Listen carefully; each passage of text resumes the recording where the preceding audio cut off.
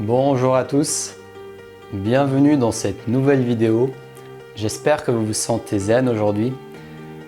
J'aimerais vous parler du sujet de comment rester engagé et plus particulièrement comment rester engagé à long terme dans vos objectifs, dans votre but de vie et dans ce qui compte le plus pour vous.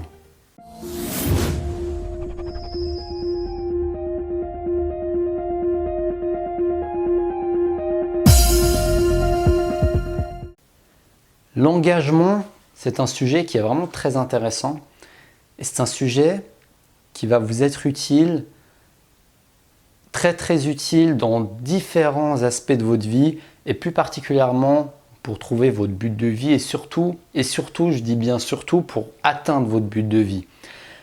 Parce que le trouver, c'est une chose. Déjà, le fait de rechercher, faire une grande introspection sur soi-même pour vraiment trouver quel est notre but de vie, quel est le projet qui nous fait le plus vibrer, c'est déjà tout un travail. Alors en plus, le fait de le matérialiser dans la réalité, de faire en sorte que votre projet de vie fonctionne, marche, réussisse dans la réalité, c'est encore un autre travail. Et c'est quelque chose que vous pouvez faire par votre passage à l'action, par le fait de mettre votre projet dans le quotidien. Mais qui dit passage à l'action dit comment vous allez gérer votre motivation, comment vous allez gérer votre motivation à long terme et de quelle manière vous allez réussir à être engagé sur le long terme, à rester engagé à votre but. Oui, à rester engagé même quand vous doutez, même quand vous avez l'impression que ça ne réussit pas, même quand personne n'aime votre projet, même si vous n'avez pas de résultat. Comment rester engagé même quand vous avez des problèmes dans votre vie extérieure, vous avez peut-être des imprévus qui vont arriver dans votre vie, il y a des événements qui se passent et comment faire en sorte de ne pas vous laisser aspirer par votre environnement, de ne pas vous laisser aspirer par toutes ces choses extérieures qui pourraient vous empêcher d'atteindre votre but justement. Parce qu'il est très facile de vite se trouver des excuses et de dériver de notre voie en fait, de dériver de notre objectif. Parce qu'il y a tellement de raisons qui pourraient nous faire sortir de notre objectif. Il y a tellement de raisons qui pourraient faire en sorte qu'on se dit bon, si je loupe un jour, c'est pas grave. Ou bien vous vous dites ah mais en fait ce projet finalement c'est pas fait pour moi. Et les périodes de doute c'est tout à fait normal. Moi je suis le style qui a eu tellement de doutes et j'en aurai encore sûrement sur mon projet. C'est même sûr, j'aurai des doutes. Mais le plus important, c'est la manière dont vous réussissez à gérer tous ces doutes qui apparaissent en cours de route. C'est votre manière de gérer tout ça. Et c'est votre manière de réussir à gérer votre motivation sur le long terme. Et pour vous donner une astuce concrète, mon point de vue concret sur le sujet, le meilleur moyen de ne pas réussir à garder sa motivation à long terme, c'est de trop travailler. En fait, ça peut paraître contradictoire avec d'autres principes et d'autres vidéos où je vous parle justement du fait de tout donner, de travailler dur, de donner à fond, d'être ambitieux. Mais pourtant, j'ai pris conscience de ça ces dernières semaines. Je suis en train de suivre une formation qui m'aide à prendre conscience de ça. Et le fait de tout donner, de trop travailler et de ne pas tenir en compte de votre capacité à tenir ce rythme sur le long terme est une grave erreur pour votre but de vie. Parce que le fait de tout donner comme ça, c'est cool, mais combien de temps allez-vous tenir? Combien de temps votre corps va tenir à ce rythme effréné de travailler comme un fou? Combien de temps il va tenir à votre avis?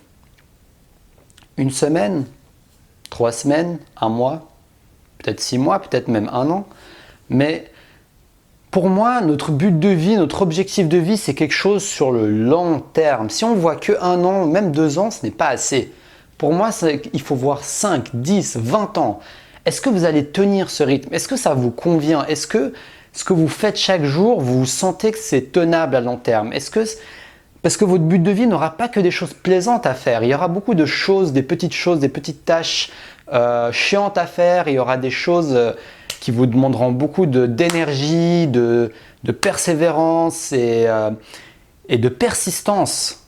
Vous devrez parfois travailler dur, ça c'est sûr, je ne suis pas en train de dire le contraire. Mais par contre, c'est important de prendre en compte votre propre corps et votre propre ressources. De quelle manière allez-vous vous ressourcer? De quelle manière allez-vous implémenter des choses dans le processus pour que ça soit plus facile pour vous, pour que ce soit plus facile pour que durant ces périodes de doute, vous réussissez quand même à continuer à faire le travail, que vous ne trouviez pas une excuse ou bien que la tâche de travail, la masse de travail ne soit pas trop grande pour que, par exemple, quand vous avez un doute, vous ne passiez pas à l'action.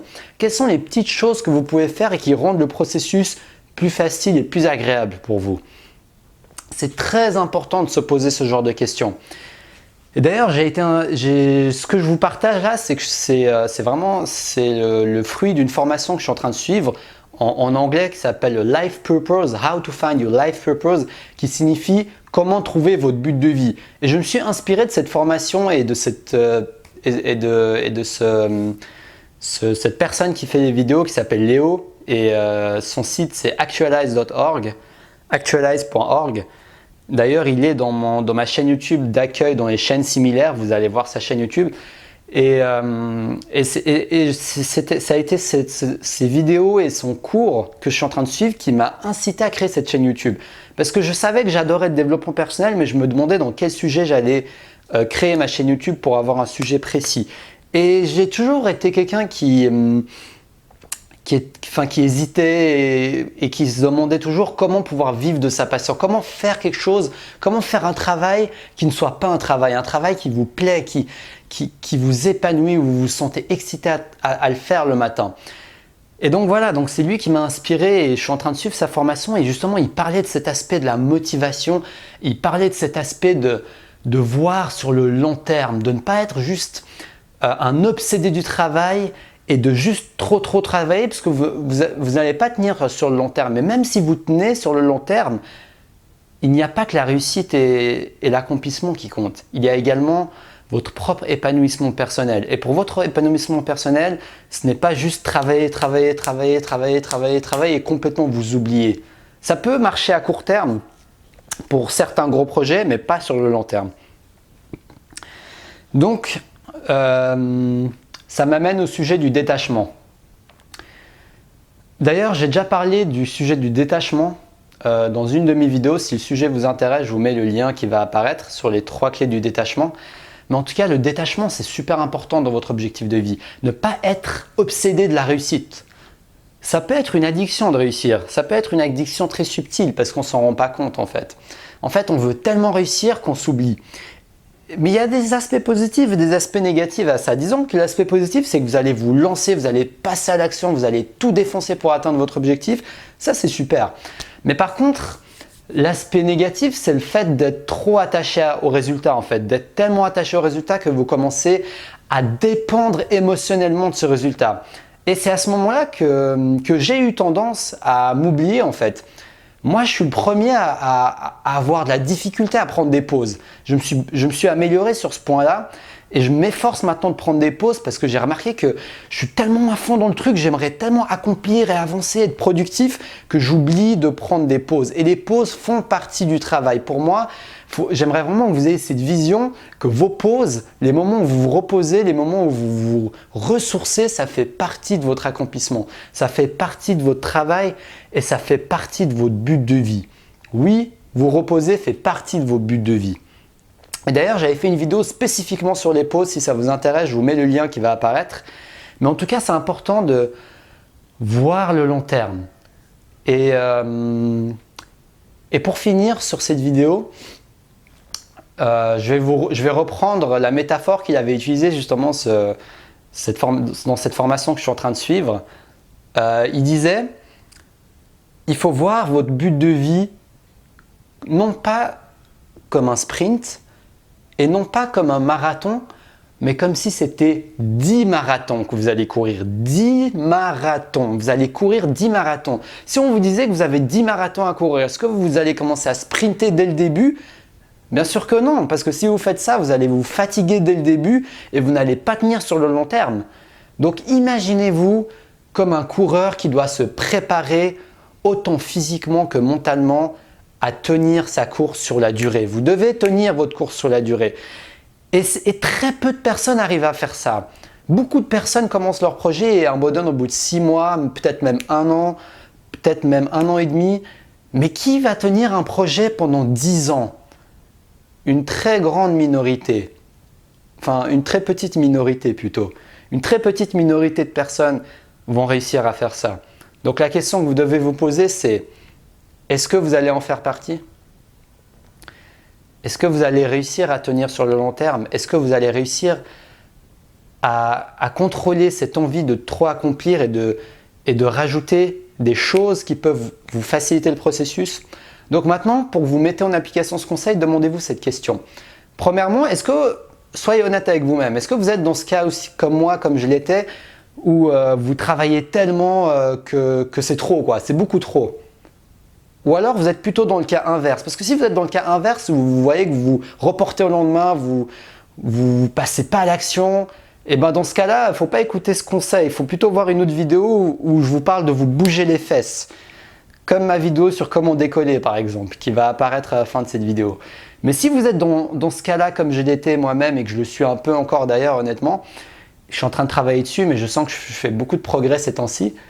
Et si vous êtes dans ce cas où vous travaillez beaucoup trop, pensez à ça. Demandez-vous, qu'est-ce que je peux faire pour ralentir? Qu'est-ce que je peux faire pour ralentir? Prendre plus de pauses? Faire des activités agréables entre-temps? Au lieu de travailler 10 heures par jour, je pourrais peut-être, je sais pas, lire un livre qui m'intéresse et qui est aussi qui fait partie de mon projet. C'est important de lire et peut-être ça va vous détendre, ça va vous relaxer.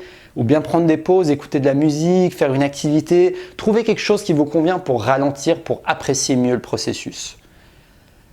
Voilà, je pense que j'ai tout dit.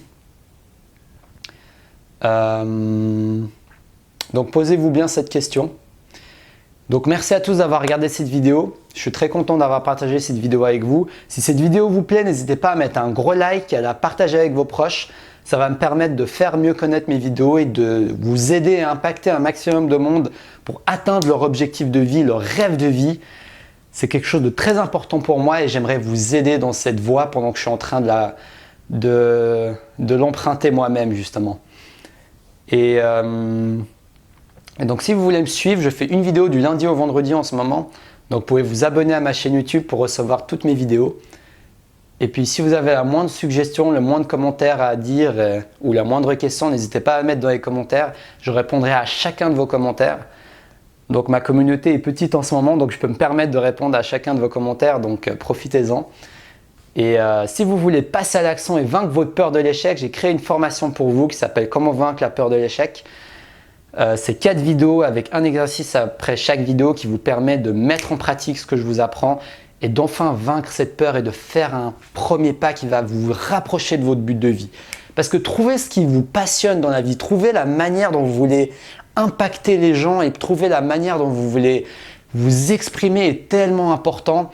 Et être paralysé par la peur serait vraiment dommage pour ne pas atteindre vos buts. Donc c'est pour ça que j'ai créé cette formation.